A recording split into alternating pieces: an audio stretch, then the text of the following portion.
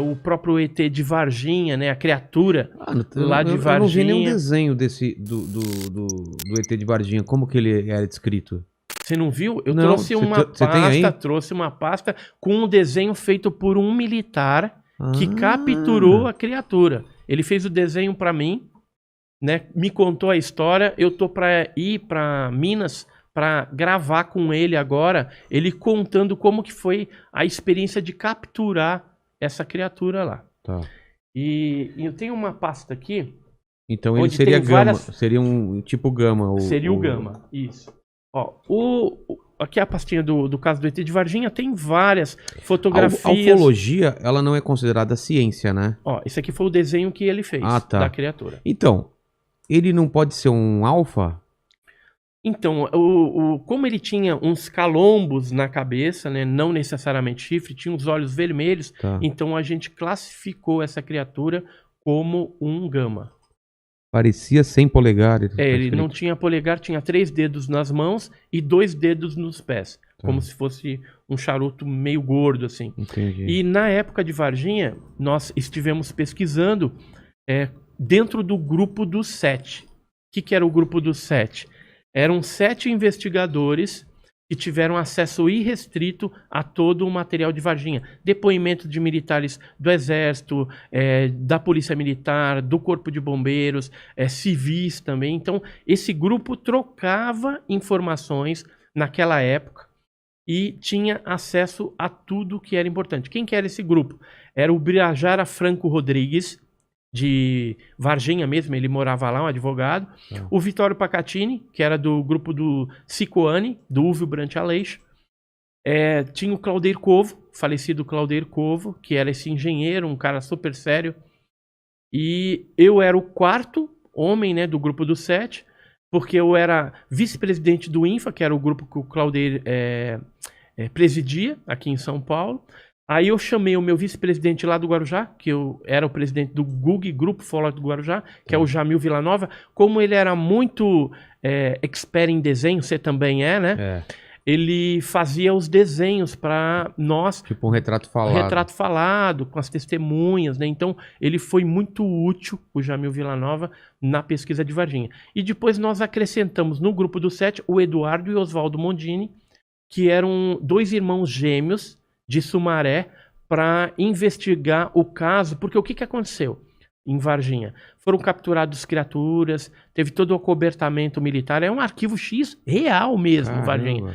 E aí depois foi levado para a ESA, instalação do Exército, e do Exército foi feito um comboio no dia, do dia 23 para o dia 24 de janeiro de 96, quando então levaram essas criaturas, uma viva e uma morta, para a Unicamp, a Universidade Quem relatou isso?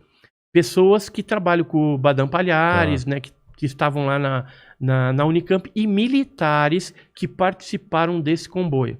Caramba. Ou seja, eles foram para lá, levaram as criaturas e entregaram para o Badam Palhares. Eu cheguei a conversar e ter o depoimento de 2 enfermeiras que viram essa criatura lá.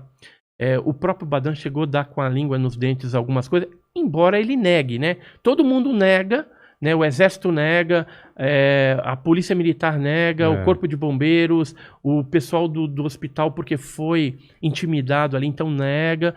E na Unicamp eles também negam, então, embora a criatura passou por lá e os americanos depois estiveram lá e levaram essa criatura. Uma delas ficou no Brasil, foi para Iperó, que é uma base da Marinha. Morta ou a viva? Então, aí a gente não sabe se foi a viva ou a morta. Eu acredito que é morta, entendeu? A morta, né? Você acha que os Estados Unidos vai deixar viva não, aqui? Não, os Estados Unidos pega tudo da gente, cara. Tudo. Então, mas a quem interessa acobertar isso? Porque não seria bom divulgar essas coisas para a população? Qual é a vantagem de calar todo mundo? Depende. Né? Você tem que ver algumas coisas e a forma de como que vai divulgar isso para a população. Por que os militares acobertam e não divulgam? Primeiro fator é pânico.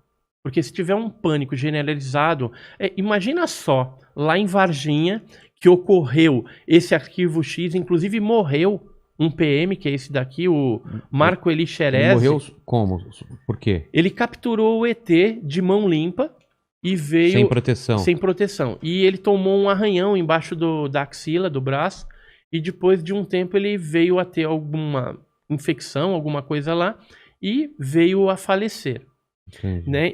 Mas ele certamente capturou a criatura. Tem uma estátua baseada no...